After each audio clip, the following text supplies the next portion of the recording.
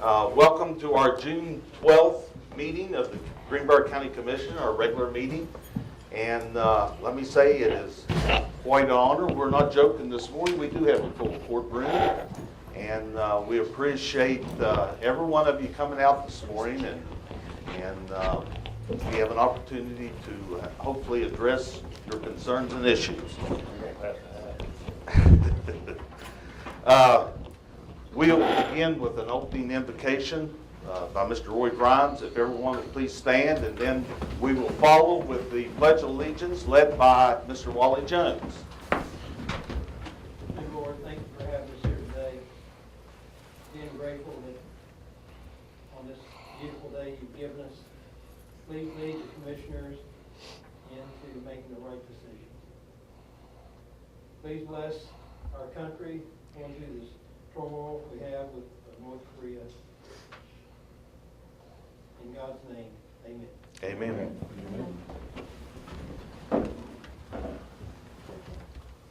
Pledge allegiance to the flag of the United States of America and to the republic for which it stands, one nation, under God, indivisible, with liberty and justice for all. Thank you, Roy, and thank you, Mr. Jones.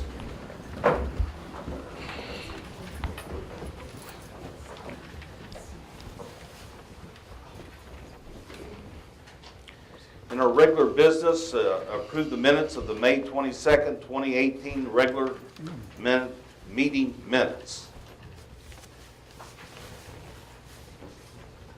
Motion? I'll move that we approve the minutes as presented. It's been moved. Is there any discussion? All in favor signify by saying aye. Aye. Aye. Motion carries. Settlement of estates by Joni Hare, our fiduciary supervisor.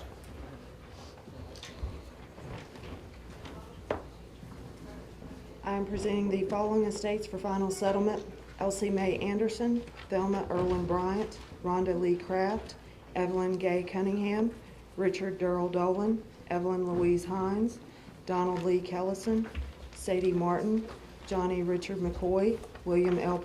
Patterson, Kenneth Maynard Tuck, Joseph Edward Wills Jr., Dale Franklin Wright, Queena P. Zickifus, all as well. Motion? I move that we approve the settlements of estates as presented. Any discussion? All those in favor signify by saying aye. Aye. Aye. Motion carries. Exonerations, county splits, consolidations as presented by Joe Narnell. I move that we approve those as presented. Any discussion? All in favor signify by saying aye. Aye. Aye. Motion carries.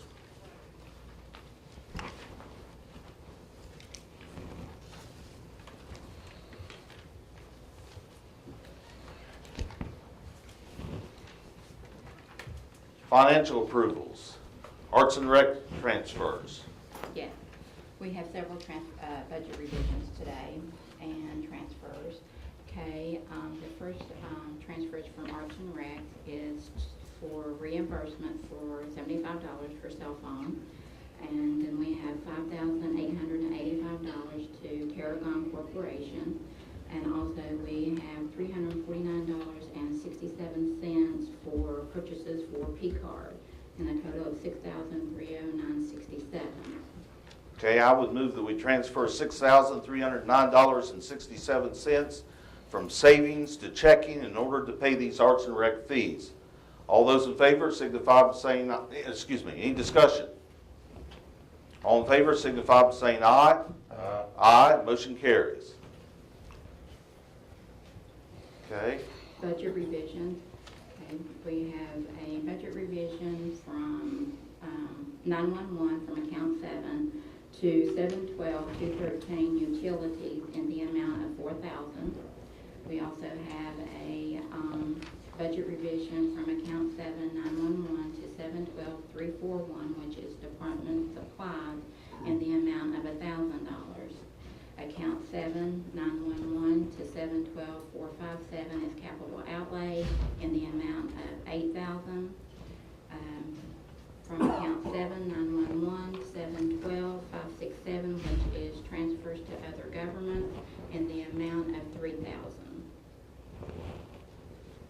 unless it transfers to another government.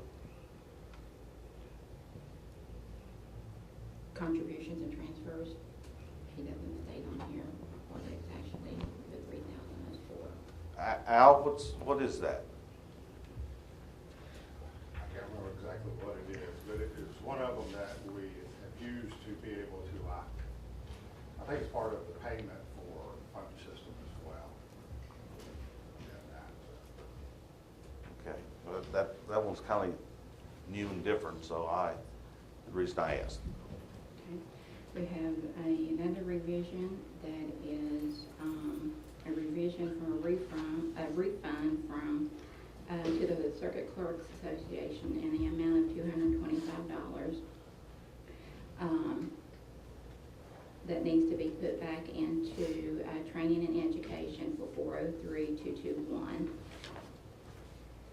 A revision for a refund from Xerox in the amount of $8.40. That is for the Circuit Clerk's Office for 403-219. That is equipment and rent. We have a budget revision for law enforcement of $700,108 by $30. That is a reimbursement check for the Greenbrier County Republican Club.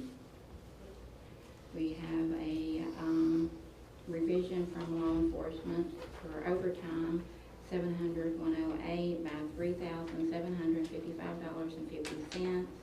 A reimbursement from the Family Refuge Center.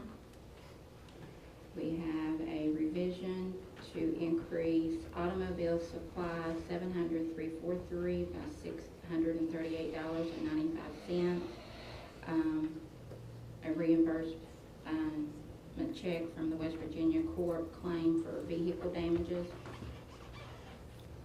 And also we have a budget revision that we need to increase the Visitor Center, 911-567, contributions and transfers, and also hotel motel promotions, 915-567 by $240,000, decreasing from contingencies, 699-567. Okay, is that, That's all the budget revisions. okay, is there a motion regarding the budget revisions? I'll move that we approve the budget revisions as presented. Okay, any discussion? All those in favor? Mr. President, may I speak? Not at this point, we have an opportunity for you. I understand, but I would object or ask you to caution taking any money from anywhere until somebody thoroughly checks 911. That's why I'm here for the bottom this evening, at the very end of the room. You don't know what it is, so I'm just saying that I think it has to do also with what I'm here to speak about, is to end money being transferred for 911 until that entity is thoroughly examined. My comments only, sir. Al, would it cause a problem if we delayed that to the next meeting? Or at the end of the meeting. It's pushing close right to where, Next meeting's the 26th. Everything in the row. I can't tell you how many bills we currently have in and where it sets in that.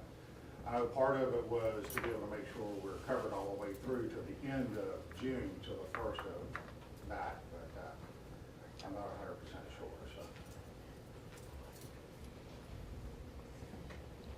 so. Okay, in order to speed things here, let's pull the revision. You made the motion, though.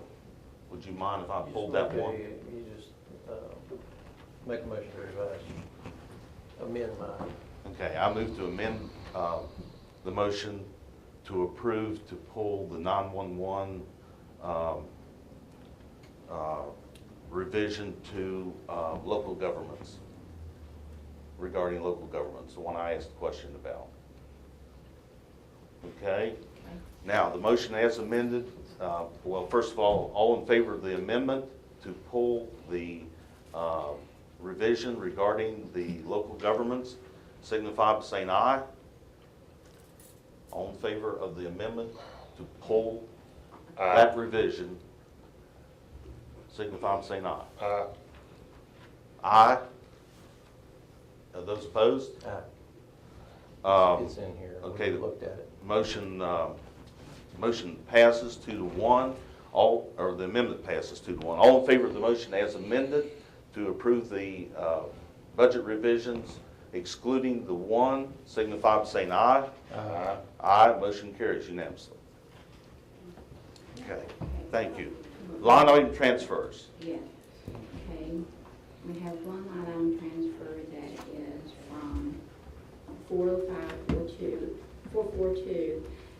that is the victim of crime grant, and in the amount of $28,032.48 needs to go to 405-103, that is salary and wages of employees. Okay. Motion? Okay, then we have, I'm sorry, I have one. Oh, I'm sorry, double one. Then we have a line item transfer from the assessors that we need to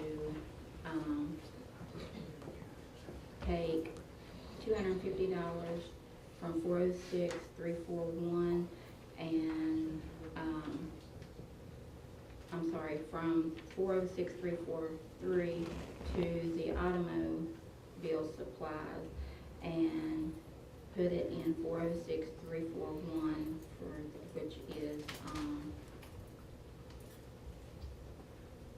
department supplies, And who's what elected officer is that? assessors. Assessors, okay. Okay, and then this one is home confinement, line item transfer, they're requesting a transfer from 705-217, maintenance and repairs, autos, to 705-343, to, that is auto supplies in the amount of $3,500. A line item transfer that is for the jail non-reimbursement cost, transferring from 703-108, which is overtime, to 703-103, which is salary and wages, in the amount of $4,000.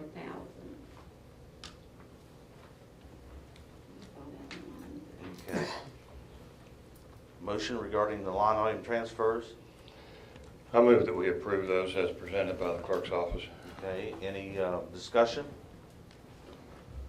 All those in favor of the line item transfers signify by saying aye. Aye, motion carries. Okay, we have a stack of bills here that all three of us have reviewed and signed off on. I would move that we pay the bills as presented. Any discussion? All in favor signify by saying aye. Aye. Aye, motion carries. Okay, next is a presentation by Local Elder Abuse Awareness Committee. Ms. Vicki Dove, you have the floor.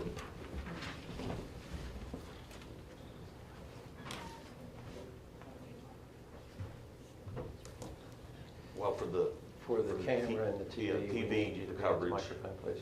You didn't know you were going to be on TV? It's more than wise to Greenbrier County, West Virginia Elder Abuse Awareness Day Proclamation. Whereas Greenbrier County seniors are valued members of society, and it is our collective responsibility to ensure they live safely and with dignity.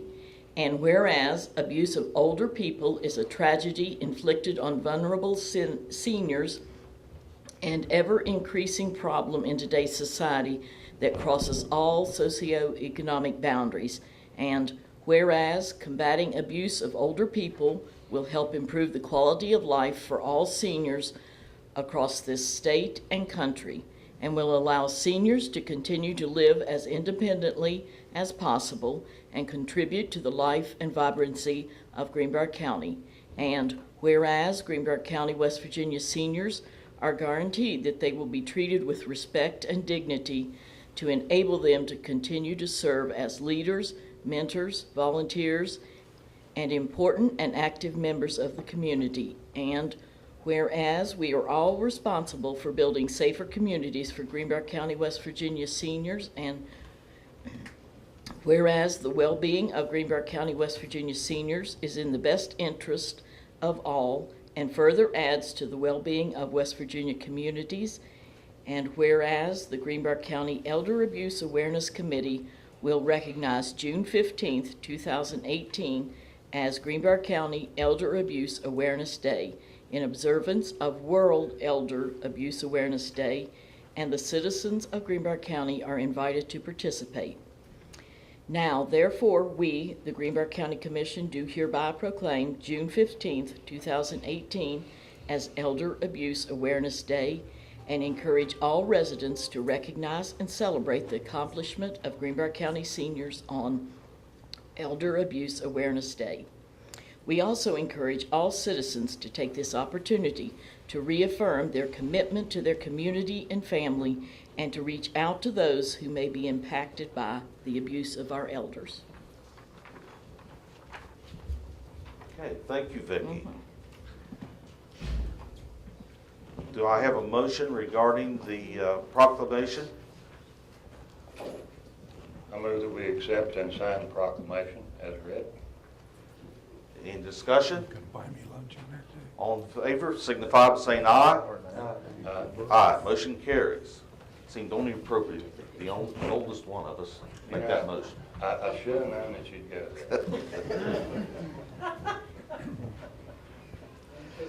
Yes. Yes, absolutely. We have several members here. Come on up. You're the bottom line. Steve and Stephen.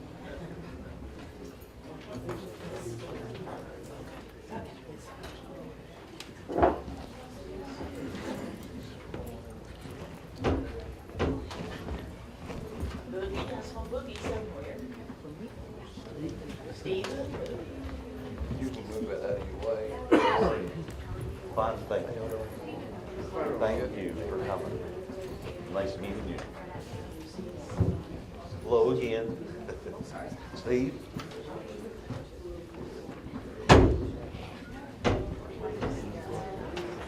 You don't need to go anywhere.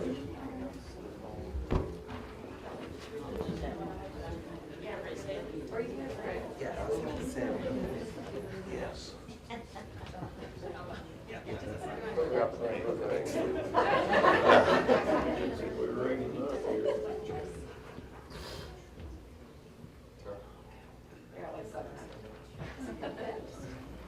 Thank you, folks. Yes. Thank you. We'll have this, Oh, yeah, you keep it. yes, we're gonna hang it on the front door.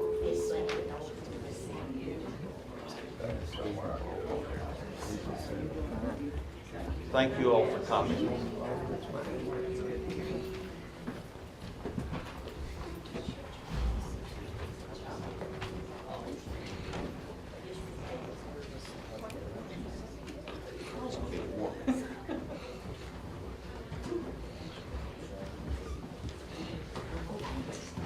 Okay, next on our agenda is public comment for agenda items.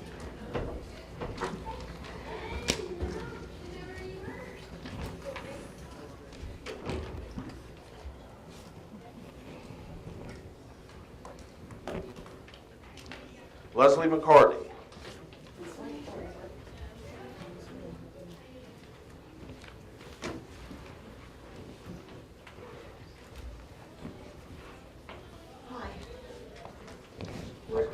Yes. State your name. It's Leslie McCarty. Am I too close? No. Everybody hear me? Okay.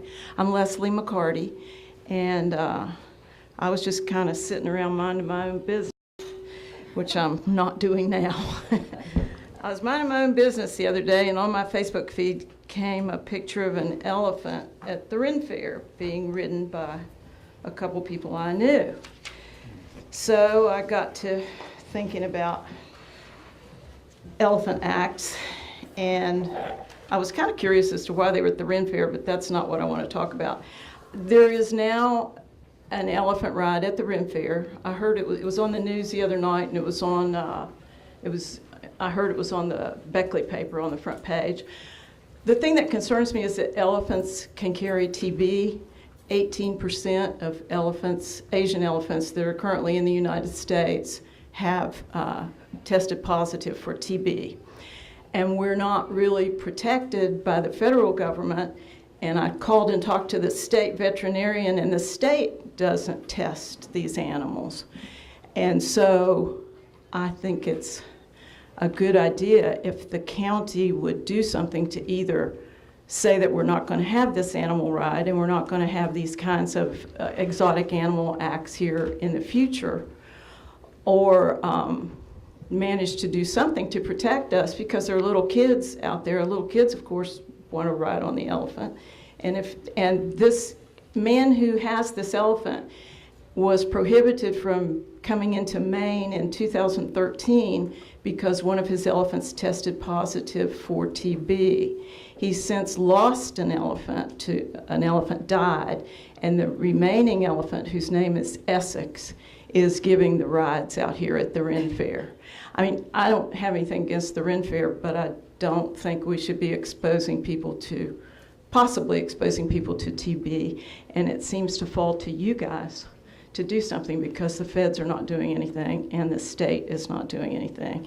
And I have a little handout, which if anyone would like to have that, I'll be glad to give it to you, particularly if you're in the news media. I gave it to you guys. So I hope that you will address this, because I think it's a public safety issue, and there may be other public safety and health issues governing the way the ride is set up to protect riders. That is something that we probably haven't looked at. I'm pretty sure you didn't know there were going to be elephants at the Ren Fair.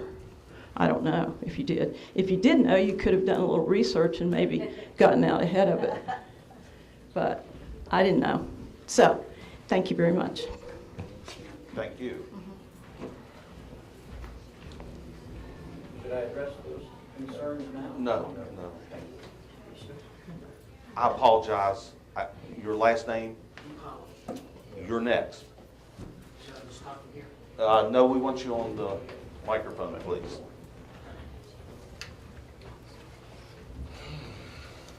Please state your name again when you get to the microphone and who you're representing.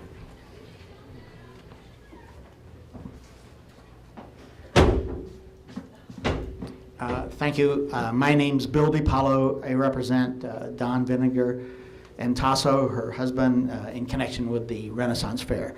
The comment's very simple and straightforward. I attended it this weekend. I think it's a very positive event to have. I haven't had an opportunity, frankly, to talk to Leslie about the elephant issue. I'd be happy to do that, but notwithstanding that, I think it's a positive thing for the county. It will enhance the economy. It will provide what is basically incredibly wholesome entertainment for the community, and I support it. And I understand that before the commission is the question of extending the temporary permit for the next 3 weekends, and I would certainly support that. Thank you, sir.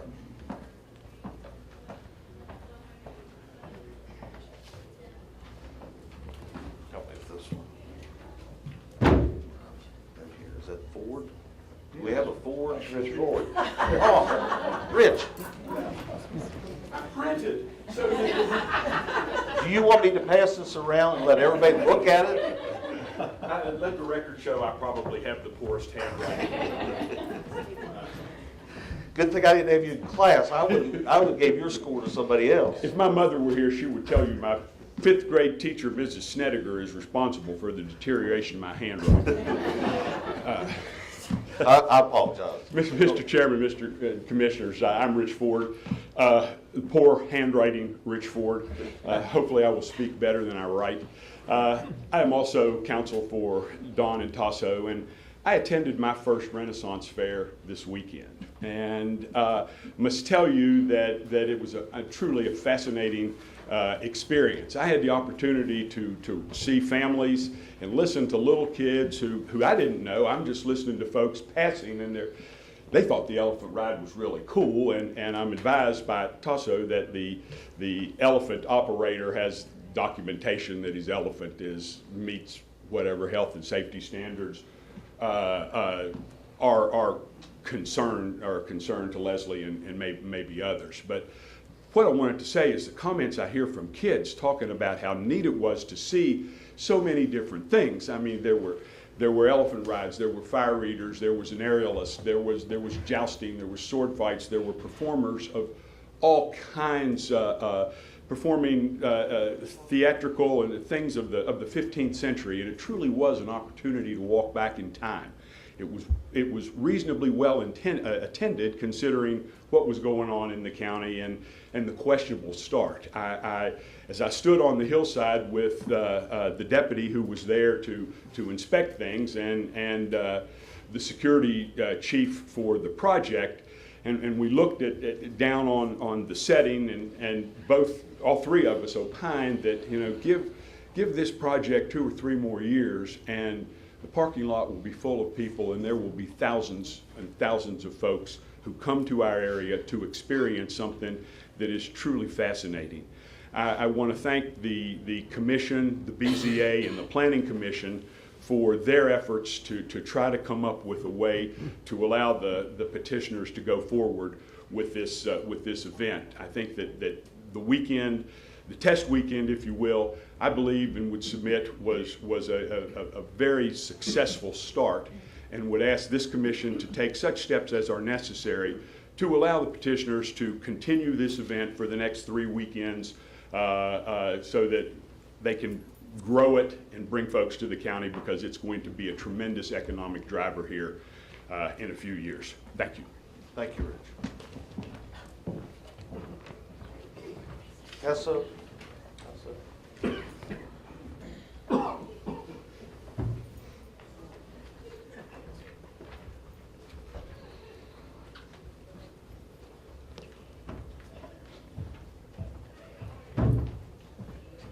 Thank you. My name is Tassos Stavrakis, one of the owners of the West Virginia Renaissance Festival.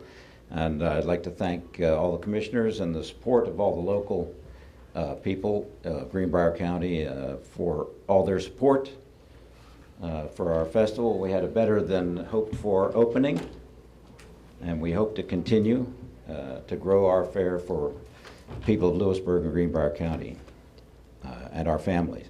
I'd like to quickly address the concerns about the elephant. She's loved and well cared for, besides being documented and federally regulated. She's extremely healthy, and she is a domestic animal. And I'd just like to remind people that in 1877, the Humane Society was invented to promote humane treatment of children and animals. Seems kind of funny now to include children in that, but this fashionable overreaction, overprotection of elephants is going to result in the extermination of elephants in our lifetime. And that's not, I'm not overstating that. There are no breeding elephants now coming into this country because of the overregulation. There will be no more elephants in this country in our lifetime, and so wherever they're going, Mexico and Africa, they're being killed by the thousands every day, and that's what's going to happen. These are domestic animals. Alexander the Great came across them in 300 BC. The Asian elephant has been domesticated since before that time, just like our horses, just like our cows, just like my dogs, just like our chickens who are running around the farm. Everybody seems to love the chickens, and they get bird flu and can be transmitted. So, okay, it's okay to have concerns, but don't be over-concerned. Every Renaissance fair, every good, successful Renaissance fair has elephant rides and camel rides. These people know what they're doing. They love these animals. They're well cared for. And if we do away with them, they will be killed. That is definitely happening. All the circuses that shut down their elephant acts, they went to Mexico and they were all killed. So you can find that out. Any other concerns you have for facts about this elephant, and Frank Murray, who owns them, look up the walking elephant. The walking elephant on Facebook. I think that's what it's called. The walking elephant. Try that. So please feel free to come out and meet Frank and the elephant. I'll try to have more facts for you later about that. Otherwise, thanks again. The elephant will be there the next 3 weeks? Absolutely, yeah, we hope so, and for years to come. She's 44 years old and doing well. And I just found out, I've known the elephant and Frank for many years, 30 years, maybe 40 years.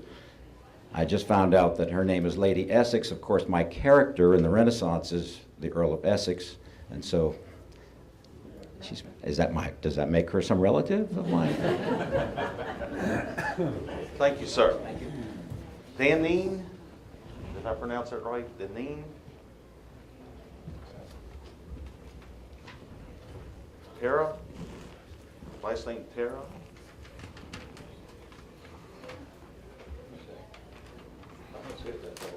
Sorry. Janine Fair or Tear? WEAAD Promotions, is that? Proclamation.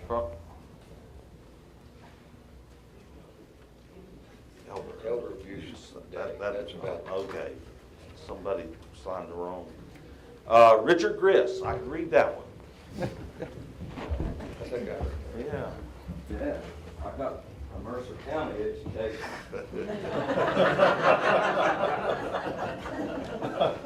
We got it all hit, didn't we? Yeah.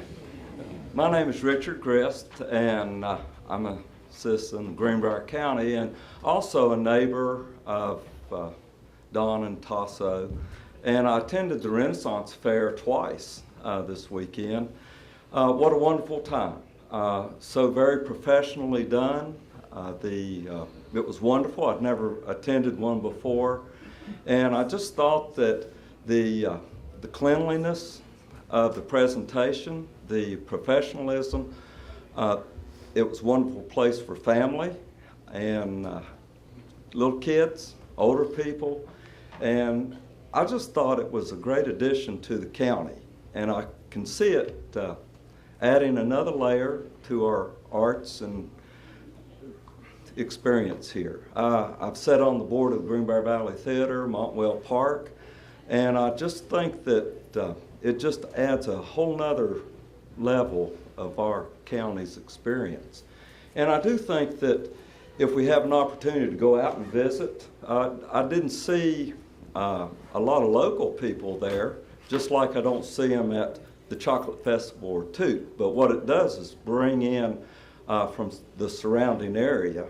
And I think that's a wonderful addition, because every time somebody comes here, they're either staying at a hotel, buying fuel, convenience stores, restaurants.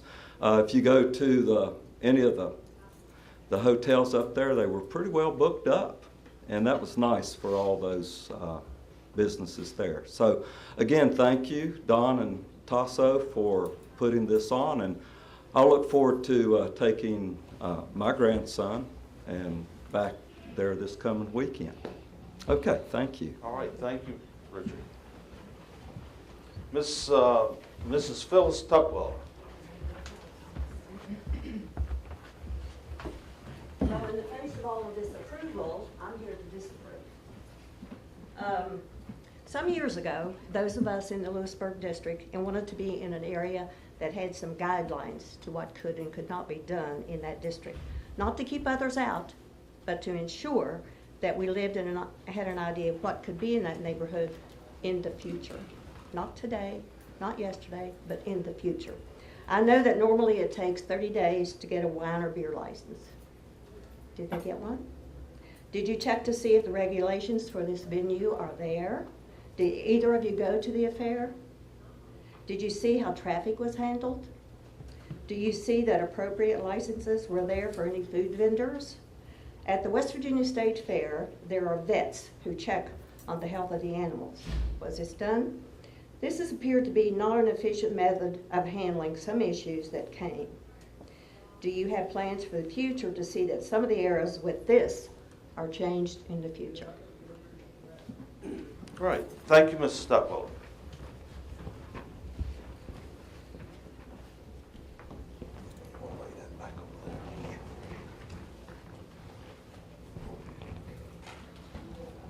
New business, commissioners to discuss the planning commission's recommendation on the application.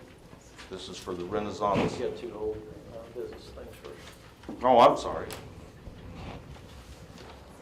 Thank you, Commissioner Rose. Consider hiring a drug screen observer for the day report. Laura? Ms. Laura Legg? Hello, I'm Laura Legg, representing the Greenbrier County Day Report. I'm here today to ask permission for us to be able to hire a drug screen observer for the Day Report Center. We do have a gentleman currently on staff that does that, but he is also our community service individual. So during the summer, spring and summer, I don't have anybody to screen the males that come through our program. We currently have about 200 participants that are participating with us now, so this person would just be hired on an as-needed basis, part-time, just whenever we need, when Jerry's not available, for him to come in and help us out with the drug screens. And the funding to pay him would come from? The funding to pay him comes from the lab that we operate. We do drug screening for outside entities as well as some businesses and stuff. And so the revenue generated from that pays for this part-time person.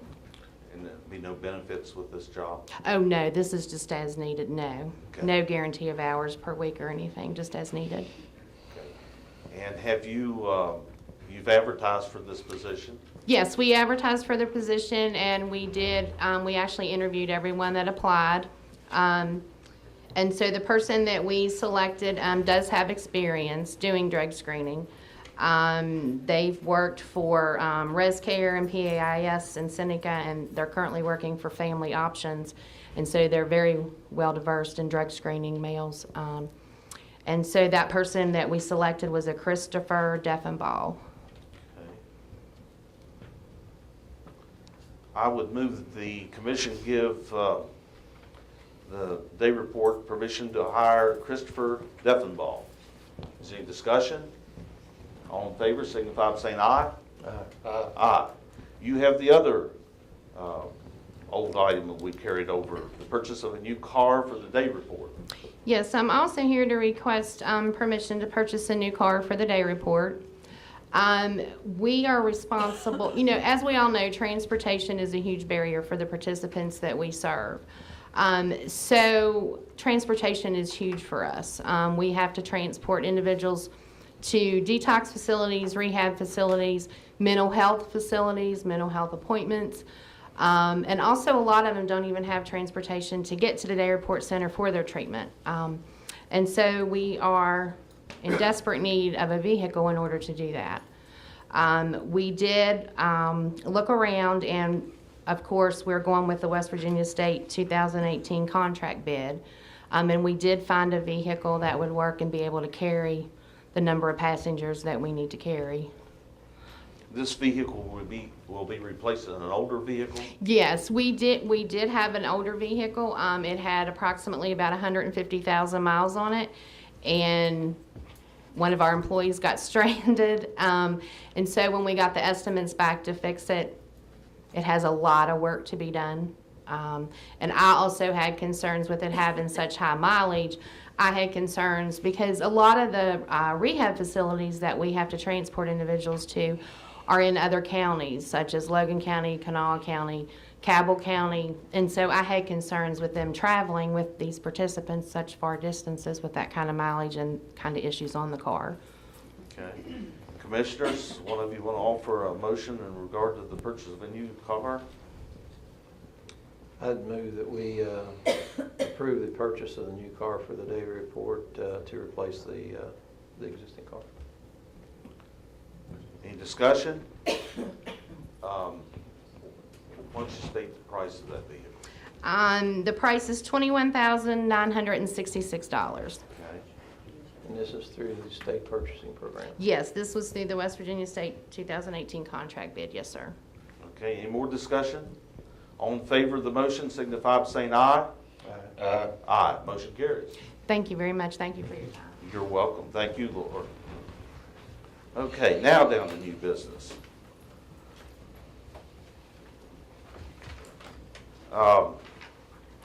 Commissioner Rose, you sit on the Planning Commission. Do you want to introduce the first item of business? Of course, the first item of business is to discuss the Planning Commission recommendation to Kessinger application for conditional use. And we've, the commission president and the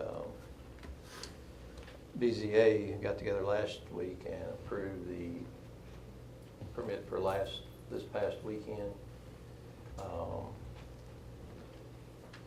And we've got a recommendation from, I guess we can read this from you. Okay. I mean, we can't, but let's get it. But anyway, the county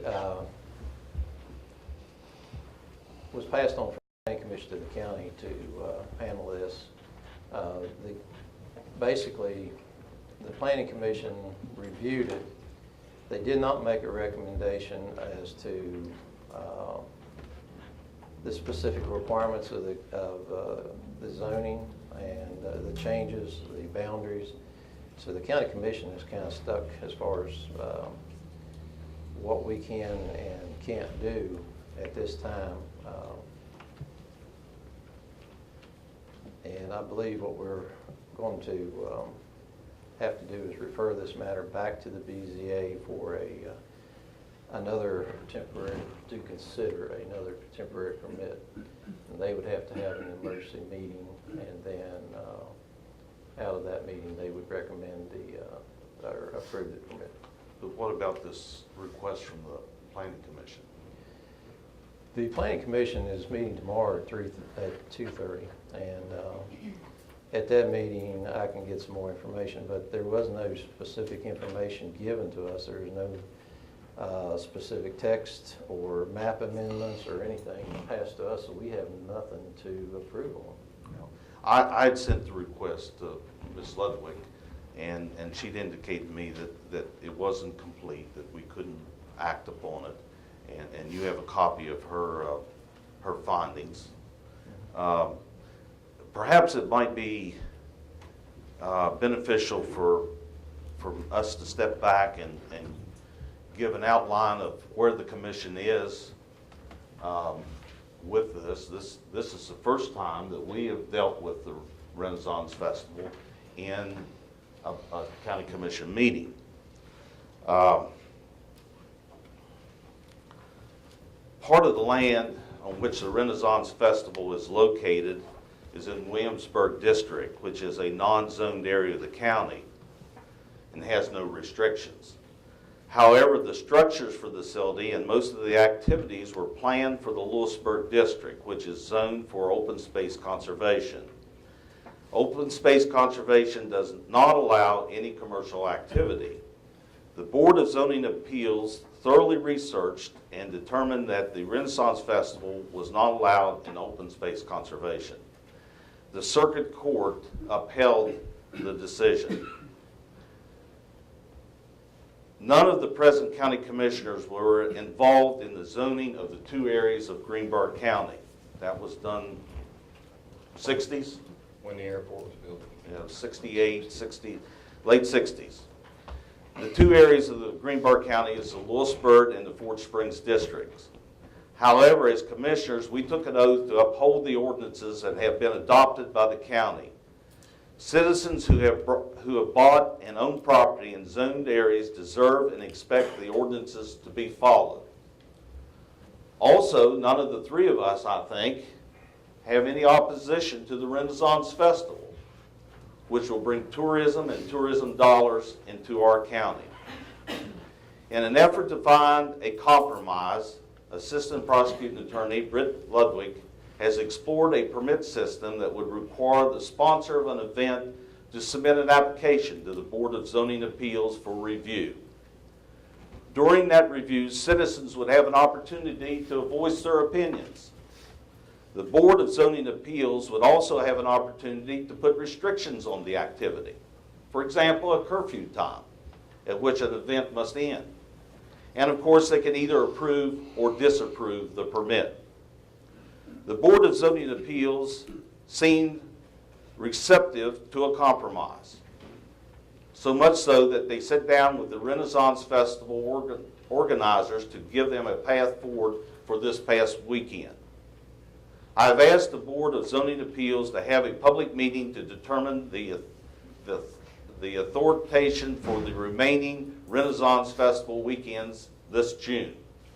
That meeting will have to take place this week. Although this is only a temporary fix, it is my hope that the Planning Commission will find a fair method to deal with activities like the Renaissance Festival that desire to take place in zoned areas.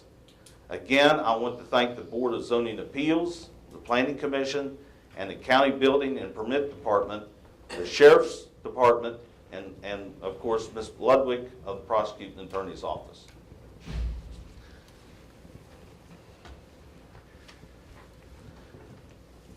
Comments from my fellow commissioners? We had a Sheriff's Department. Sheriff was good enough to have a deputy go out with the county building code inspector and to go around. They went around and made sure that certain areas were blocked off that the public couldn't be in, and everything that was asked of the Renaissance Fair was complied with. Very happy with the compliance by the Renaissance folks. Had no complaints from the deputy, and the report, very well stated report came back from the Sheriff's Department this morning.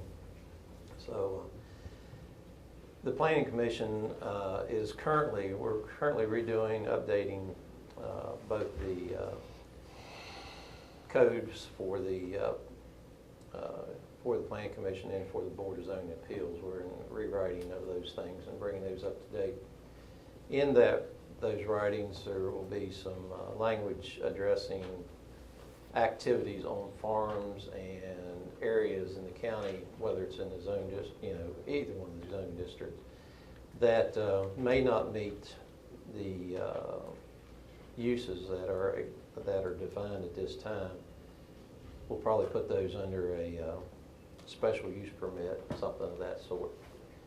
Rezoning of the areas and properties probably will not be done, as was stated earlier by someone in public comment.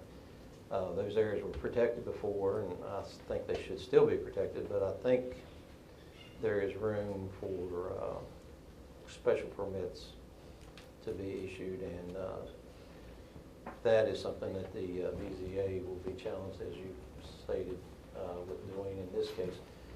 Right now, we're kind of up against the timeline, but over the next few months, we'll be taking up completing this process. We have a meeting 2:30 tomorrow, which we'll discuss this, but there won't be any decisions or any changes made at tomorrow's meeting. It's simply an informational meeting. The folks from the West Virginia Law School will be there and we'll continue to work on our updating of our codes. So that's basically all I can say on it at this time.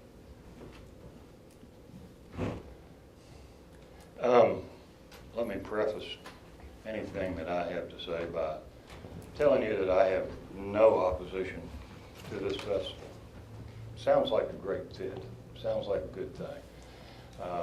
To add another event to bring tourism in and have the local people enjoy the event, why not? And at least at that surface view, this is a great thing. But I think it needs to be said that, as Commissioner Hanna pointed out, the property where the festival is held straddles the line between what is zoned and what is not. And it's my understanding that everyone knew that to begin with, and that everyone was informed, if you go about 200 yards over there in that meadow, you can do whatever you please within reason and not have to be subject to county government interfering, advising, restricting. We won't be in your business. However, that was not done. Instead, and folks at the table, please correct me if I misspeak, because this is all secondhand. Instead, plans went ahead to put it where it was zoned. Buildings were started, construction, excavation, the whole deal, advertising, we're going to do it at such and such a date, and move forward. When you've been told you can't do it here. Now, we have a board of zoning appeals just for that reason.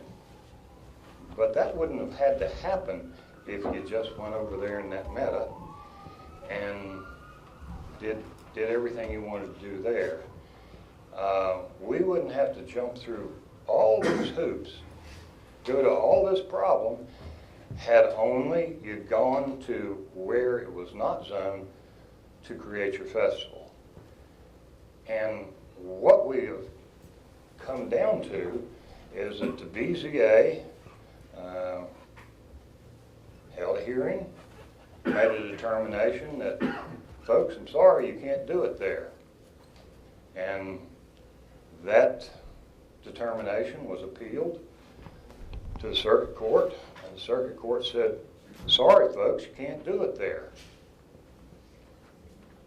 But then all the hoops started to be jumped through to make this thing happen.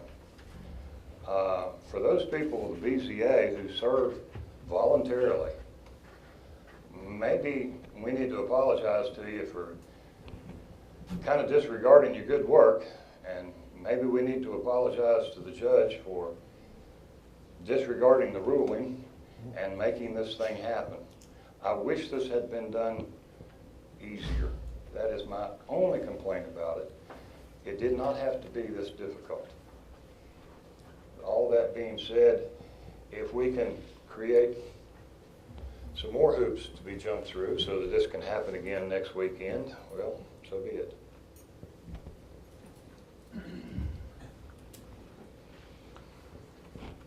Okay. The item says discuss, and we did that. Amen. So let's move on to number 2. Well, do we want to make do we need a motion on that to refer that to the BZA? As president, I requested them to have a meeting, but if you want to put it in the form of a motion. I didn't know if we needed to or not, but Okay, whatever you prefer. That's all right. Go ahead and make the motion. I just, as item 5 here in the memorandum states, the county commission would refer the matter to the BZA as to whether the BZA wishes to consider another temporary permit. I would make a motion that we refer that to the BZA, and it would be at their discretion whether to hold their meeting and to approve or not approve. Okay. You've heard the motion. Is there any discussion? 3 days? 3 days it takes to have a legal meeting? They can do an emergency Special meeting this week. Emergency meeting. Yeah. 2 days? I'm not sure on the advertising, but they can do an emergency Okay, meeting. well, they can check that out. Yeah. Okay, any other discussion? All in favor of the motion, signify by saying aye. Aye. Aye. Mr. Phillips is here, I think. Thank you, sir, for your work. Yes, sir.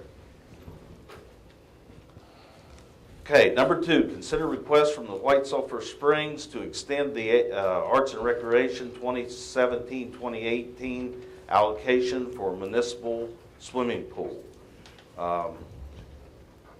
White Sulphur Springs came to us last year stating that they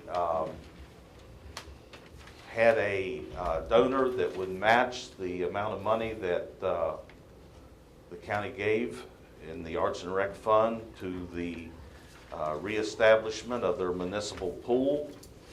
And at that time, the commission voted to award $250,000.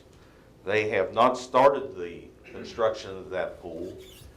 It indicates that they will not need this money until after the 1st of July, which crosses over into another budget year. and therefore they are asking for an extension on that grant. It would be, I would make the motion that we grant the extension to the White Sulphur Springs to extend this grant of $250,000 with a hopeful match to the 2018-2019 budget year. Discussion. Well, I want to know about the hopeful match. The deal was, as I recall, that we were producing or earmarking matching funds, that they had a donor or donors that would come up with that same amount. It wasn't required upon them to begin construction in the cycle, only to show us that they had secured those matching funds. Is that correct? No, that's not the way I remembered. We offered $250,000. I have been informed that they do have the donor has agreed to match it to the $250,000. Well, so have I, but I haven't seen anything in writing. But that wasn't part of our requirement. You didn't just say that we earmarked this money for matching funds? No, it was presented that way, that they would have matching funds, but we did not put that stipulation that they have that matching funds.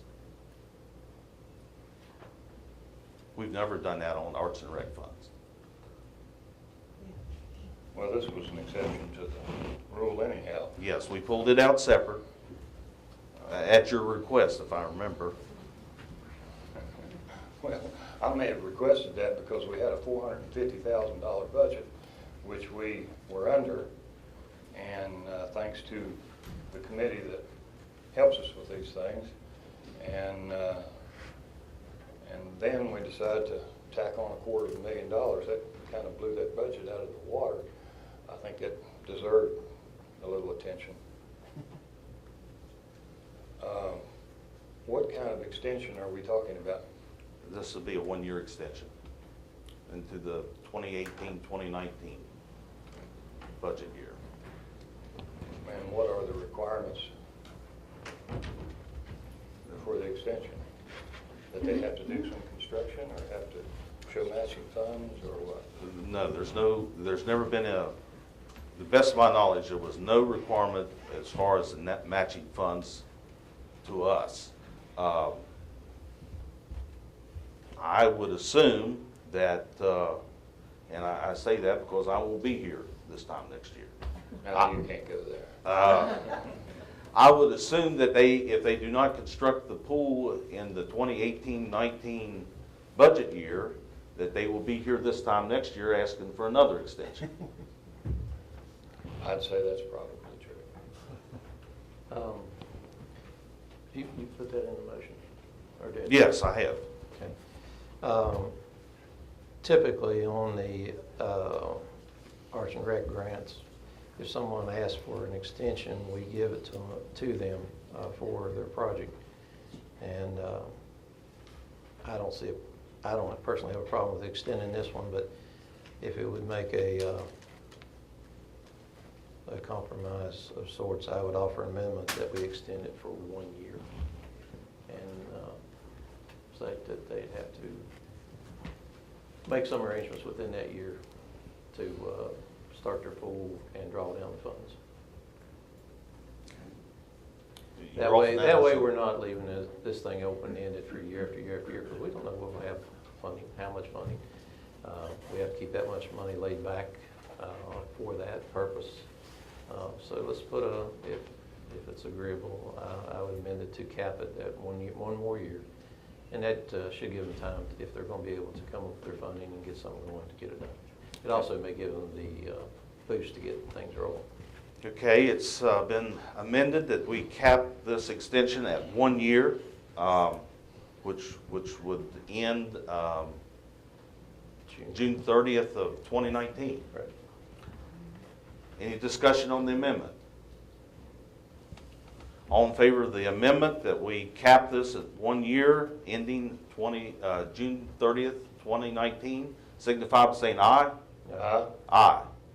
Amendment carries. Motion to extend the grant as amended for 1 year, signify by saying aye. Aye. Opposed? It's unanimous. Unanimous? There's no profit in me opposing that. Okay. All right, so it was unanimously in favor of extending them. All right, thank you. Number 3, consider allocations. The Arts and Rec Committee recommendations for the 2018-2019 year. Roy, what was the date that we spent the night here?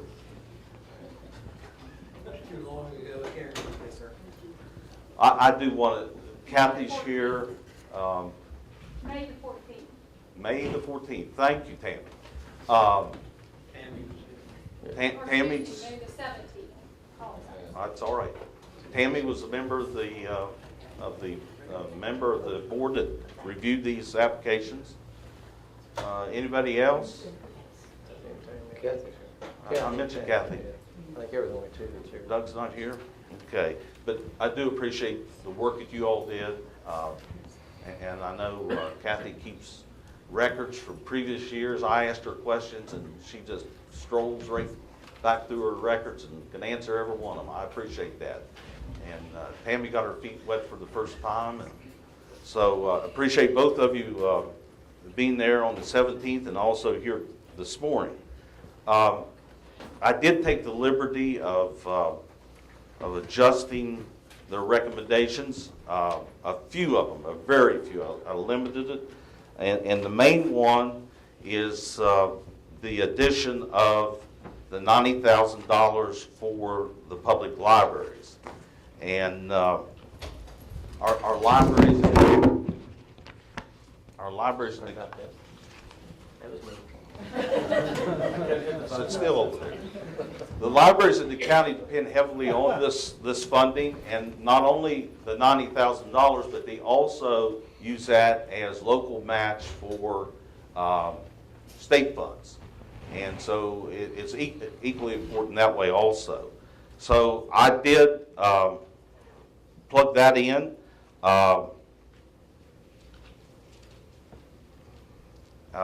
I used $30,000 that the committee had recommended for the Dory Miller Park restrooms, and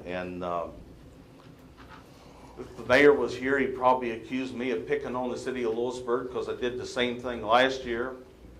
But we need to keep in mind that the city of Lewisburg has my report was $283,000 of hotel motel tax funds that they have at their discretion. None of these other cities has that kind of money to use at their discretion. It's an opportunity for us to help some of these other areas that do not have a source of income. And so wanted to point that out to you. I have given a copy of this to my fellow commissioners for their review, and I at this time would move to approve it as I have presented it to you. Is there any further discussion? On item 11, I'd just like a clarification on the amount at the far right. You didn't increase that lighting to 250. I think that's the pool, right? Or That is that's the what was allocated for 2017-2018 over there on the far right. Okay, I'm sorry. I see what you mean. That one was not adjusted. Like I say, there was only a couple that I adjusted. I did not feel comfortable adjusting very much because that takes away our committee's authority. I depend on them and respect their opinions. So there's only a couple that was adjusted. The main two was the city of Lewisburg and the libraries. And I apologize, it is $11,000 over the 450 budgeted. I wasn't going to tell I figured you would. $10,938 additional dollars. Okay, I rounded it off. Any other discussion? All in favor of this proposal signify by saying aye. Aye. Aye. Motion carries unanimously.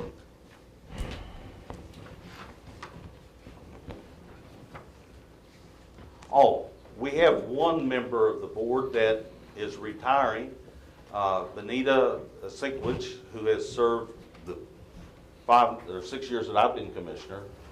I don't know how long previous to that, but we certainly do want to publicly thank her for her years of service and dedication to this program. And,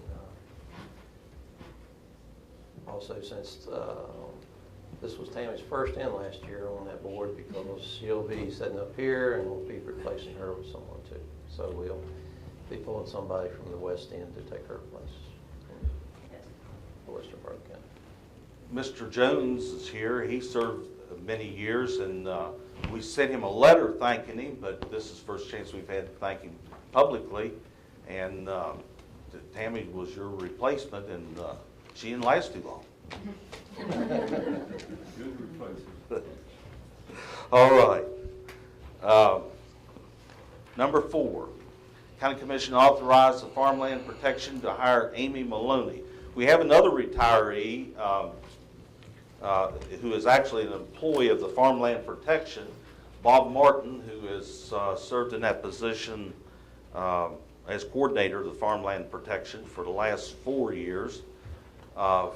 Has decided to retire from that job, and the Farmland Protection Board has recommended Amy Maloney. So I would move that we give the Farmland Protection Board the authorization to hire Amy Maloney for the coordinator. Is there any discussion? All in favor signify by saying aye. Aye. Aye. Motion carries. Number 5.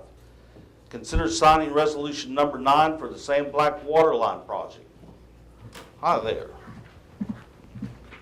I'm Jamie Baker with Region 4 Planning and Development Council. Have resolution number 9 for the Greenbrier County Public Service District number 2, approving invoices relating to construction and other services for the Sand Black Church Water Line Extension Project and authorizing payment. The amount from Small Cities Block Grant is $25,000, and that is to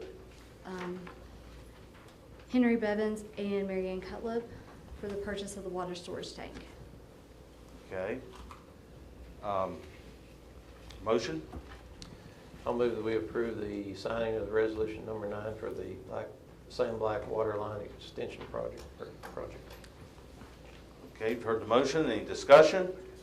All in favor signify by saying aye. Aye. Aye. Motion carries. Can you give us a quick update on the water line? It is moving along. I don't have, unfortunately, I'm sitting in today for Leslie. I don't know a whole lot about the project myself. I do have a budget revision because the bids were underrun. Had to go back before IJDC, and they had to return some of the funding to the agency. So I do have a budget revision. It looks like there's a decrease of $254,772,000. Okay. Motion regarding the budget revision?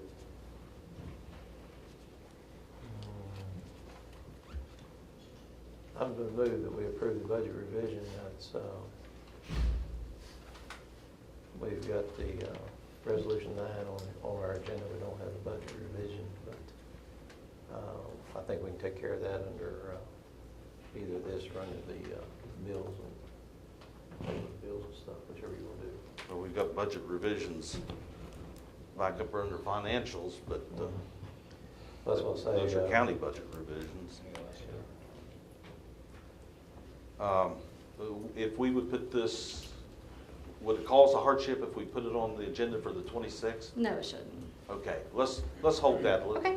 So we'll move the table that till the 26th, then, and Okay. we'll take That'll care be of it fine. and send it to you. Okay.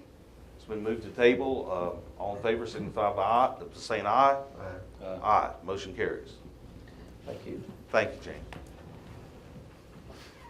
You need this. Is it just one place that I sign? Two? That's the one I found. The next page. It's got a number on it.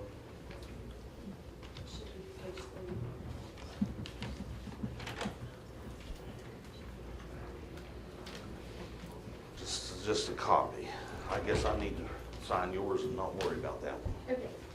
And do you want me to leave this, you or give this back to Leslie? If you would, leave it with Roy, and if you'll get it to Kelly, and then also, we've only got one copy of this, we'll need to make a copy before you leave, or whatever.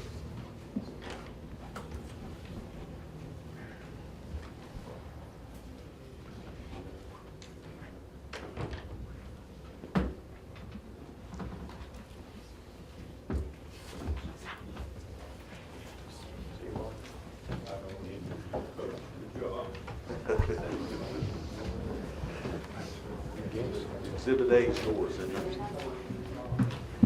Want to give you my agenda, I'd be lost. Thank each of you for coming. Thank you.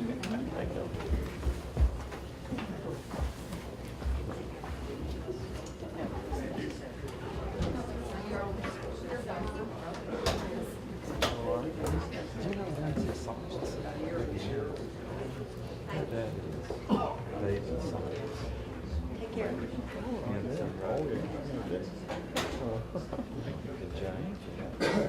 She's growing up like everybody else. She's working for us this summer. Okay, number 6 on the agenda, consider putting the parking lot upgrades out to bid. Commissioner Rose, you want to address this one? We had Teradon Corporation to do a design on our parking lot out back. We've had drainage issues, and the parking area has some low spots that collect water and freeze, and we patch every year, and they keep coming right back out. And also, we have erosion issue out at the edge, so all that's to be addressed in this bid. Also, we'll be changing the entrance exit from the parking lot. Will no longer be going out on the 219 in the front. The little side street at the end out here will be going out exit only, but there'll be 2 ways coming in off of, I believe it's Arbuckle Lane. Arbuckle Lane, there'll be a 2 entrance exit area there, and all the paving, drainage, repairs to the rock wall down next to the road, all that's in this project bid. Okay. You want to offer the motion? I would move that we approve putting the parking lot upgrades out to bid and advertise those. Okay, it's been moved. Is there any discussion? Contact the County Commission office for information, or do they tear it off? Well, Kelly will be doing the advertising from the County Commission office, but plans would be available probably either place, tear it on, or they can contact us, either one. Okay. Do you think that we can do this project and still have the farmer's market? Can we do part of it and then Well, they flip it and use the other part or something? We'll try to make some accommodations there. We left part of the green space in the pavilion. We moved the road, instead of it curving and going out further to the west, we moved it to the center of that lot to leave the pavilion in as much green space as possible. And we can let them continue to use that part, and as much of the parking lot as possible. But during some of the construction, it'll all, and definitely when it has to be paved, it's all going to be at one time. So the paving crew won't be able to come in and out. So Might jeopardize their Wednesday sale, but Saturday probably wouldn't. Well, you never know, paving, they'll pave anytime, won't They can pay about any time, but we'll try to accommodate them as much as possible. But we definitely leave the pavilion and as much as the green space open to them, fence it off and leave it open to them as possible. they? And we have a set of plans downstairs if anyone Anybody wants to come in review, and we have look at it. plans. Okay, And the farmer's market's been made aware each time they Absolutely. renewed the permission to use it. One day this day would come, and for all those folks that, I don't know that I ever got more complaints about any one issue than that parking lot. So I'm really, really pleased to announce that we're moving forward finally to make some remedial action out there. And just for anybody that's questioned, the funding for this project, we get money from coal severance, but then we also get money from another coal severance, what's the name of that one? infrastructure. Infrastructure, well, it's infrastructure, but there's one part of the coal severance that we get money from that we cannot use for anything except infrastructure. We can't use it for paying bills or salaries or for anything other than infrastructure. So we have been saving that money for quite some time to get this project done. I think we've got enough money in there to complete this project in its entirety. If we have to, we'll break it down into part A and B, but I think we got enough money there to cover it. So, but the funding is there and available. It's not coming out of the general fund or anything like that, or building maintenance. It's coming from a coal severance reallocation fund. I need to come up with the center later. But the coal severance reallocation we cannot use for anything other than infrastructure, so we're using it for this infrastructure.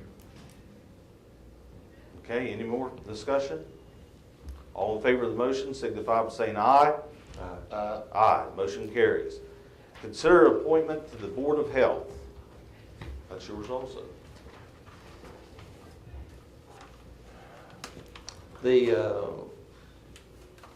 Board of Health, which I sat on as the chair, on our board, we've had a lady for several years, and her term is up. And we've asked a Miss Kimberly Estep, and Kimberly is with the, I believe, Greenbrier Valley Hospital, if she would have interest in joining the board.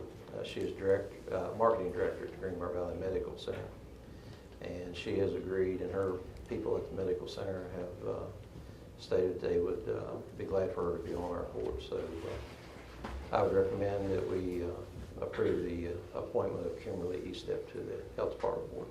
Okay, you've heard the motion. Is there any discussion? All in favor signify by saying aye. Motion carries. Number 8, receive comment from Mrs. Deanna Hunter.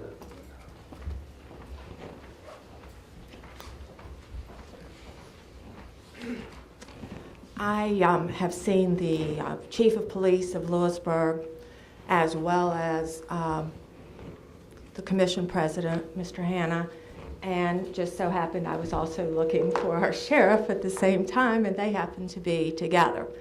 And I'm sorry that they didn't put on there of your agenda that I'm here to speak about 911 and what happened to me last Tuesday evening.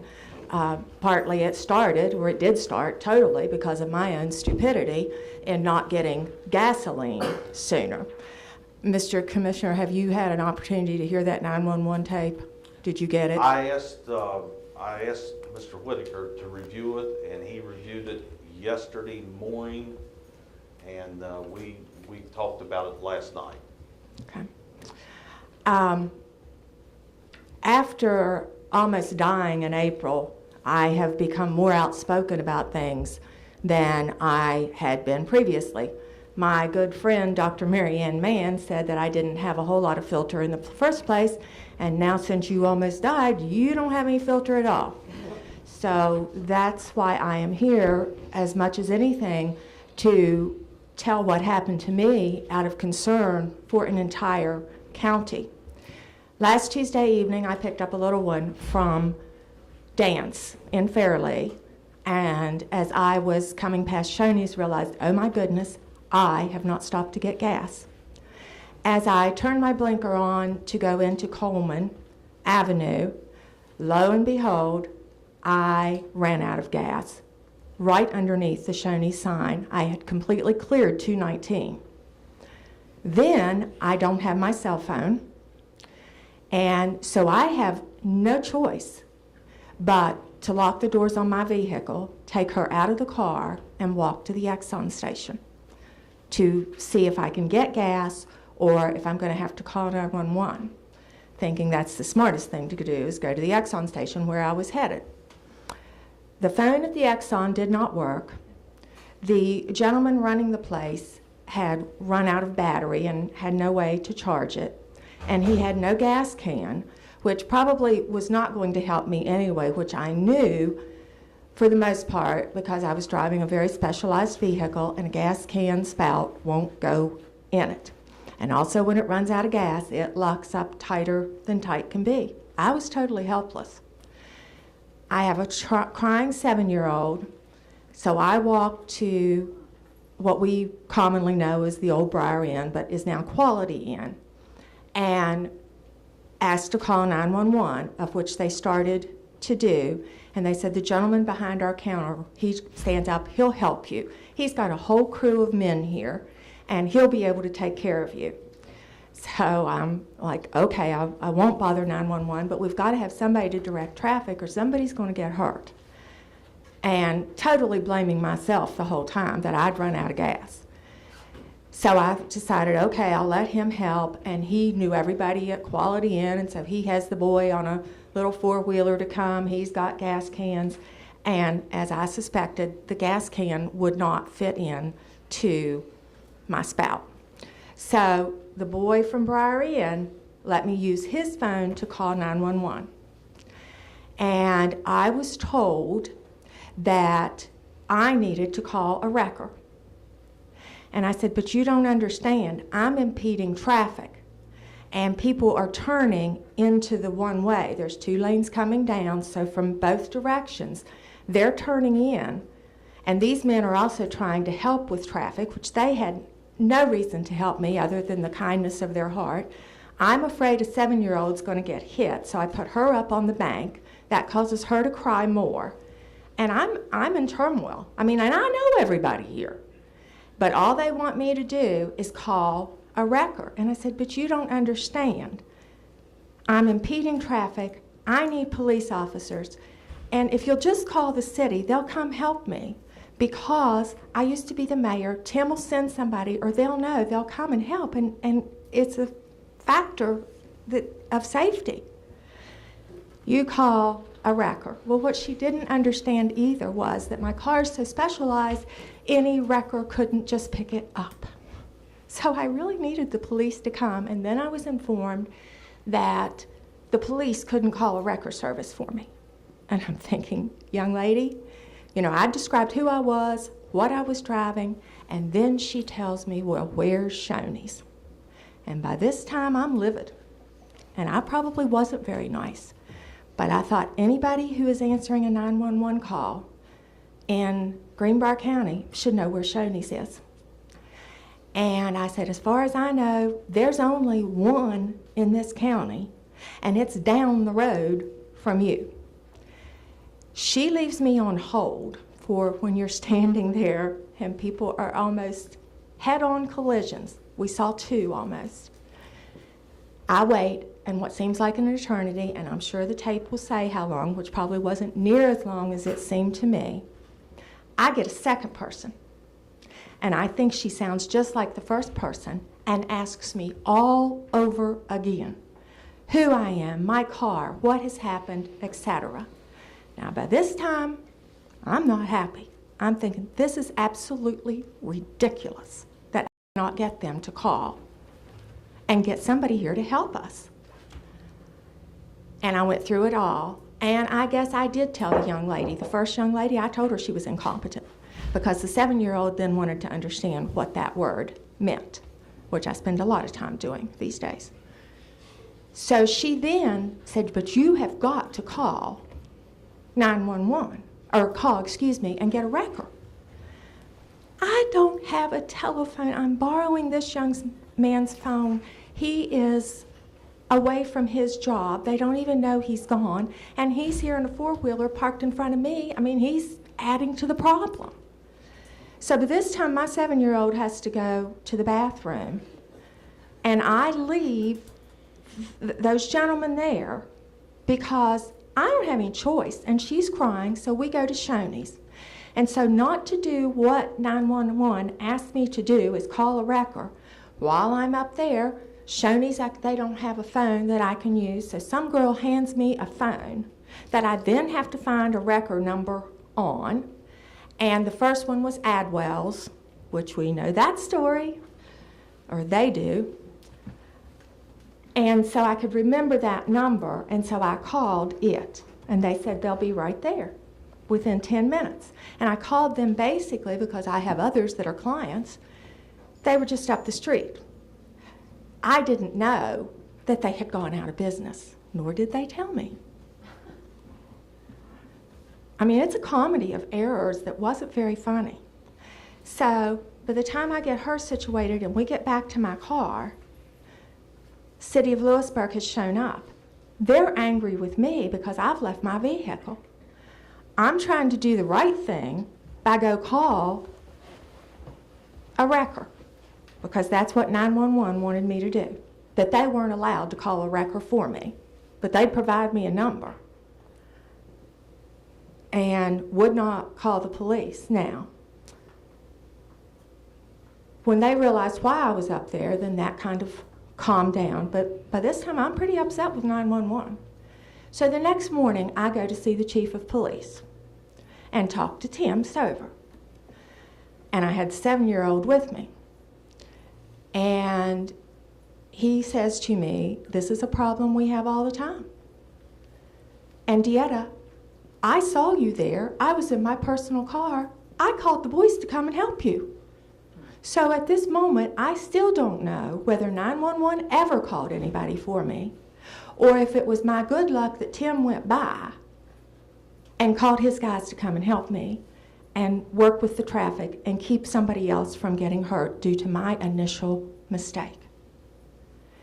This shouldn't happen, folks. And the second young lady on the 911 wasn't any better than the first. And then the chief tells me that this is what happens to them in this county all the time, that they might get a domestic call. All they know is the address. They don't know whether it was a man or a woman that called. They don't know the name of the person. They don't know if a gun was involved or a knife or if somebody's drunk. We'll call back and get that information. Now, I believe that because I had to give my information the second time. And there's no sense in this, and that's why I mentioned the 9/11. We need an investigation, and if this is what's happening to folks, then this is a sad state of affairs. And that's my comment for the day. But we need to get this fixed, and fixed quickly. If it happened to me, it can happen to anybody. And I know everybody. And still, if Tim hadn't gone by, I would not have gotten help. I don't know what I would have done, actually. And that's sad for such a small little community. Now, the rest of the story is, I learned a lot in that one little stop. We had a murder going on the western end. And the guys happened to tell me that they knew that somebody had been murdered, and they knew that that person was on the run. But they had not given the make or model of the vehicle or the suspect, or if they had any idea where they were headed to this end of town. And what the boys told me was that... Ms. Hunter, I think you need to confine your comments to your situation. That was my situation. Well, Let me get to the end of it, because they didn't know if somebody came by while that child and I were standing there, that could be the possible murderer, because they had no idea what that person was driving. So that brings me to the part of cooperation and information, because I felt in peril, and she stood there and heard that, and she said, "You mean somebody could kill us?" So the whole thing was totally uncalled for, except that I started it all. And I take full responsibility for that and filled that car up yesterday when it was half full.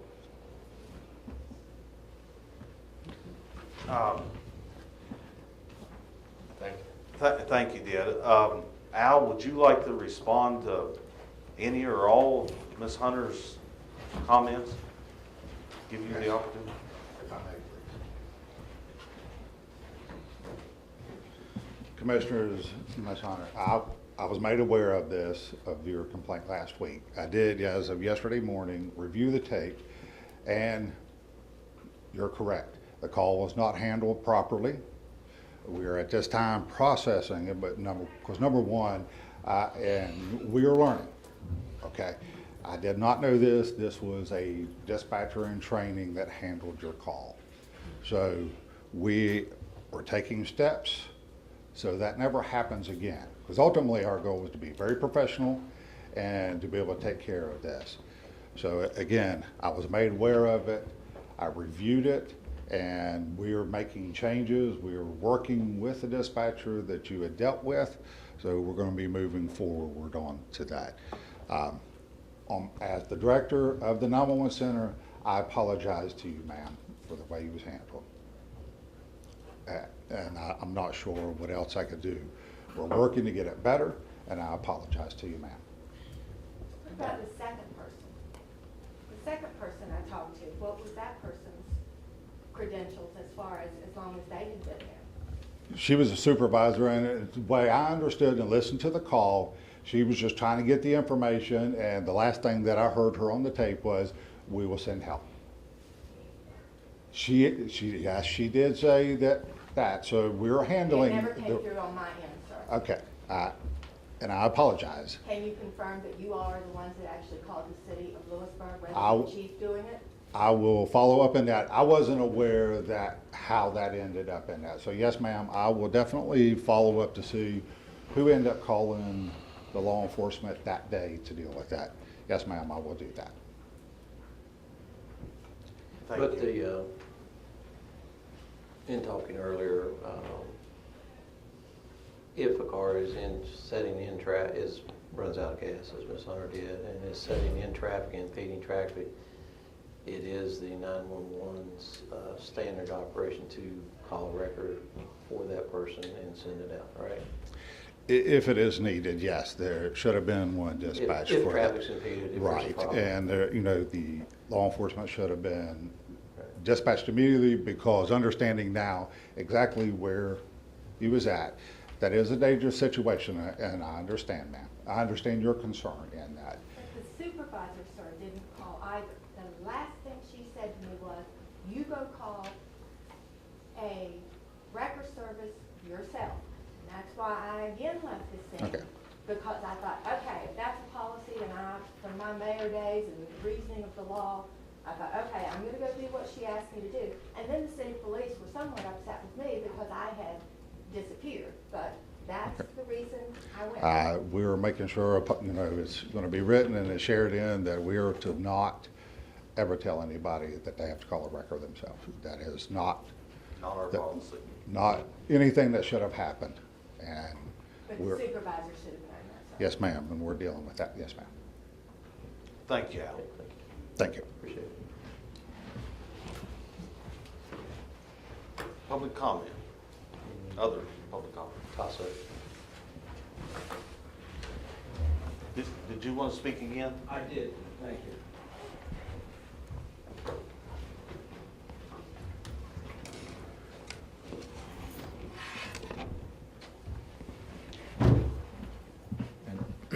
I'd just like to say that suddenly my problems seem very small.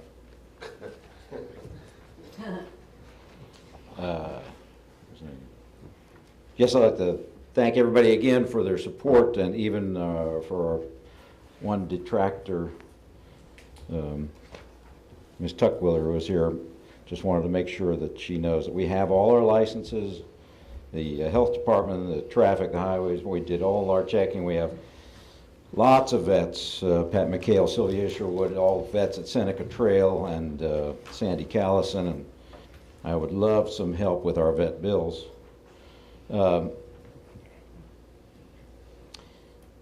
So this has been, because we have animals, so this has been 4 years here in the making, and 2 years prior of searching around the state of West Virginia to find a suitable place to have this Renaissance Festival, which is what we do. 40 years for me, 30 years for her. 6 years we spent searching, and we found the right place, we thought. I have animals, so it has to be a farm. It has to be large enough where we can have our farm and our life and still have space for the artistic endeavors for the Renaissance Festival and the other festivals that we have in mind. And so we found this spot that doesn't bother anybody. There's no driveways that anybody goes by going by the highway. It doesn't seem to impact our local community except in a good way. But it's still taken a long time, and I worked 4 years in New York City with the Big Apple Circus, and I guarantee that nobody has jumped through more hoops than I have. And we would have loved for this to be easier. We do not want to spend the time and money and stress that it takes to come to court and fight about this project that everybody seems to agree is, most people seem to agree, is a really good thing for the community. So we were told, when we bought the property, we were told that the zoning would not be an issue, and that's why we moved forward. One of the people who told us that, our lawyer, a real estate lawyer, we said, is there going to be a problem because other fairs have fallen through because of zoning? We said, we won't move forward and spend all this money and time. It's not going to be an issue, he said, and now he is a judge. He's not an idiot. So, of course, he can't speak because he has to recuse himself. So we keep moving forward and coming up against these roadblocks. So we're a great country, we're a great state. We live by the rule of law, but Voltaire said laws have to be tempered with reason. So a great sword is flexible. It's not stiff. If it's too brittle, it breaks. So we have these laws. Sometimes the public will decide that's not a great law. Like this zoning, how much good has it done us in the past 40 years? Is it good to have these farms kept abandoned? Okay, is it nice? It makes it look terrific to be green. Does it do any good not to have economic development in the towns? I don't think so. So there has to be some flexibility. Will take as long as it takes to revamp these zoning laws so that they help us. And I hope we can be here to do that. I think that's it. Thank you. Let me ask you while you're there, do you have a certificate that states that the elephant has been tested for tuberculosis? Sure. He has all of his federal certificates and health certificates there. And that you know how includes a tuberculosis certificate? I'm almost positive. You can't, there are some particulars that I don't know because I don't own elephants, but I know that they are regulated more stringently than my horses, than our cattle, than our other farm animals. I didn't even know elephants could get tuberculosis until it was brought to our attention this morning. So yeah, they're like you know, our cows have brucellosis, which is a big problem. So we focus on that. I guess elephants have that particular weakness. So the elephant owners focus on that. That's his lifestyle. So I'm sure he's thought about that. Could you check that and let me know? I certainly will. Absolutely. Okay. So the point I wanted to get to is that my big hat of all the hats I'm wearing now is a farmer and rancher. I have these animals. We bought this big piece of property, and you know, I was always taught that it's rude to go and tell someone else how to do their job. So I don't go in and tell my lawyers how to do their job. I don't tell my doctor how to do his job. So it just seems odd to me that I have so many people say, why don't you just move the fair over there where it's not zoned? Well, it's not a lemonade stand. I've been doing fairs a long time. I know how they're run. I know what's needed. And I looked at my property, and the farmer said, you can't put the fair over here because that's my hayfield. I can't put the jousting arena in my hayfield. It hurts enough that I have parking in my hayfield, but I know it's not going to hurt my hay production that much.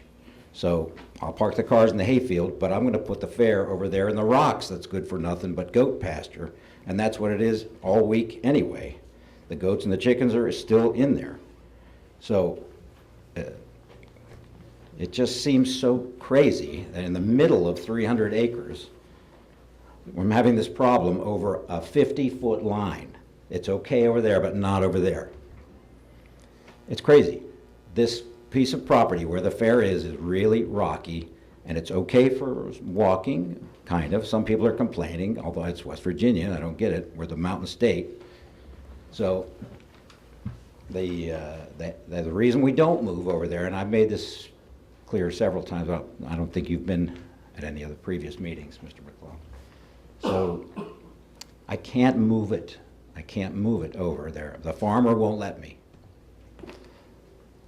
Is it not your property? It is. I'm the farmer who won't let me put the Renaissance Fair over in my hayfield. The law needing not to be rigid. I didn't say that. No, I didn't say it didn't have to be. I'm not I'm suggesting not trying to that misquote you. I agree, things do need to be flexible, but it sure does seem like from the outside, never having even been to an event like you planned, it's a fool's errand to tell somebody else how to do their business. Right. But from the outside, it certainly would have been easier on everyone else concerned in county government if you'd have just gone on the other side of the fence. I'm sorry to make your job harder. I'm trying to make my life easier. And I was told that this would not be an issue. I was misinformed. And nobody had wished that this could have been made easier than us.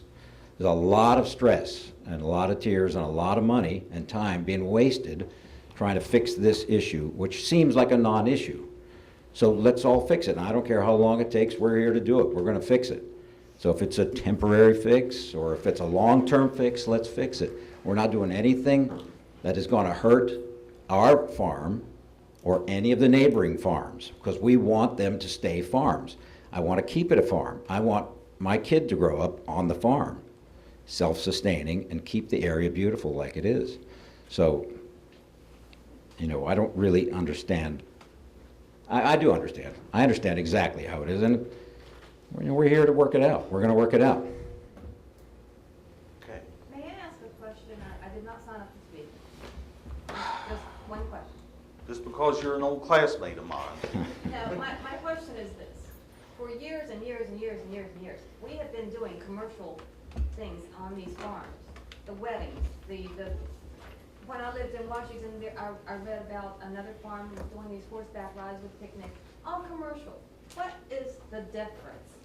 Why can one farm do it and another farm These can't? all need to be treated the same. You're exactly right. There is no fairness in any of this, in my opinion, and that was my question. I hate bringing up the precedent thing, although it's absolutely true. I hate doing it because they're friends of ours down the road who are doing all of it. Why are we being singled out? We should be consistent. If we're going to do it with one, we should do it with all. And I'm sure the planning commission will address. That's what I mean when I say we're here to help us all. That's what I was referring to earlier. We're rewriting, trying to get this so that we can have a special exception. If we don't rezone the 10 acres or anything, because that takes us down another slippery slope. But are we to stop the other ones in the meantime? Well, I've been treading ice for 3 years now, trying to get this rewrite done and trying to get it changed. But with the rewrite of the Planning Commission, part of what we're doing is to allow farm activities, so that you can use your property for a wedding, for a corn maze, for whatever, and be legal on a special permit type of thing. And we're trying to do that. Illegally all these years? Actually, if you want to get right down to it, yes, they have. Then what's the big? Only in this area. This is what I'm saying about this particular area. zoning is not designed Well, for small business. It's not designed for farmers. Who's it designed for? It doesn't help anybody. So it has to be looked at. And we will help as much as we can to revamp this whole zoning, because farmers, all of us who are farmers, know that you can't make a living now, today, on a farm. You have to do something. And farmers have been doing it for 100 years. They've been bringing people to pay $5 to throw stuff in their sinkholes or whatever it takes. You need ancillary income from your farm. Sorry, yeah. Right. We're working on that, and we've been trying to do that. And we have, like I say, 2:30 tomorrow, we're meeting with the lady from, Christy DeMuth from the WU School of Law to try to get these things worked out. And she has brought us copies from Maryland, Michigan, all different counties and different areas where they allow farms to make money with special events. But it's not done through a rezoning of property. It's done through a special permit process, and we are trying to get that done. I've been trying to get that pushed through, and within the next couple of months we'll have it done. But you know, right now the only thing that the county has, because we can't have a meeting in time by state code to change anything. Are we going if to we stop want to. them and not stop the others? That's my point. No, well, we're not, and I'm not trying to throw the BZA under the bus or anything. The BZA worked with them and to help them, you know, get an exception.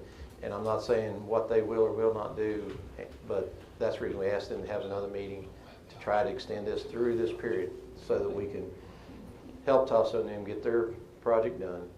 And then hopefully before anything else comes up, we'll be able to have this completed with the School of Law so that we can avoid this in the future. We can just say, okay, we've got a permit process. You want to have this festival, or they talked about something during Halloween and all these other things. You can get a permit through the BZA, no cost, just so that we know exactly what you're doing, where you're doing it, and what the times are and everything. There'll be a permit process. And then when we do that permit process, you know, it'll take out all this stuff. That's a good thing, but I'm not asking right now, is it, if there's a June wedding, are they going to have to get a special permit, or do they have to get a special permit? That's a good point, and that's why we're willing to help, and I know Tootie and some of the other farmers are willing to help, because we don't want to be over-regulated like the issue with the elephants. The elephants are going to die because they're being over-regulated. So if we're over-regulated, if we need a 45-day wait for a wedding, they're going to go somewhere else, something like that. So we're hoping to be involved in the process. And as far as the saw on TV, the young lady that has the elephant there discussing how long her and her dad have had the elephant, the care she takes of it, and you can tell she's takes care of the elephant just like a kid. Sure. She grew up with It's it. part of the family, that's right. It's part of the family. So That's right. You know, the animals out there and the animals, you see the animals at the fair and the shows at the fair, you know, they're regulated too. So, you know, I feel like everything's been done properly by you guys. And I appreciate the fact, as I said earlier, that Bob Ford and the Sheriff's Department went out and everything they asked you to do, you took care of, and I appreciate that. And Got a great crew of people. we'll Yeah. expect that to continue if the BZA approves your extension. Great, thank you very much. And I would ask them to handle the rest of the month, not week by week. Great. Thanks. I thought it was. Can I speak on behalf of Leslie McCarthy? She had to leave to take care of her mom. I just have two comments. Can you make them real quick? I can make it really quick. There is no. Come on up here and state your name. My name is Pamela Barry. Just to be clear, there is absolutely no federal regulation that is required to travel with an elephant across state lines. So he may or may not have had that animal tested. I don't know. He's had problems in the past. It takes 72 hours for the test to come back. So if you're going to open the fair up again this weekend and you have children and adults riding that animal, it is transmitted through the air. That's how you get TB from an elephant. So I think it makes sense to make sure that a vet has tested that animal for TB and you have a 72-hour window before the next weekend. Okay, if he has a current test, that would be satisfactory, and he's going to check and make sure and supply me with that. It depends. I've heard that he's self-tested before, so you want to make sure that it's a vet-tested TB. Absolutely. Okay, thank you. Thank you, ma'am. All right. And Marietta, thanks for your comments. Absolutely, we want to make sure everybody's treated the same and fairly. Okay. Anything else to come before the commission? I noticed that. Been moved, we adjourned. All, any discussion? All in favor, signify by saying aye. Aye. Aye. Motion carries, meeting adjourned. Thank each of you for attending.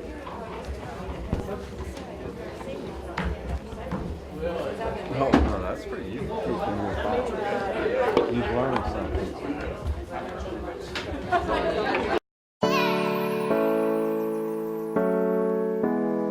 Hello, I'm Mark Cunningham with Liberty Tax Service here in Lewisburg, West Virginia, across from Taco Bell. We are open year-round and we provide individual tax services along with business tax services. If you mention this advertisement, we will donate $5 to the Greenbrier East Athletic Fund. We also want to remind you to get off your couch because you do life and we do taxes.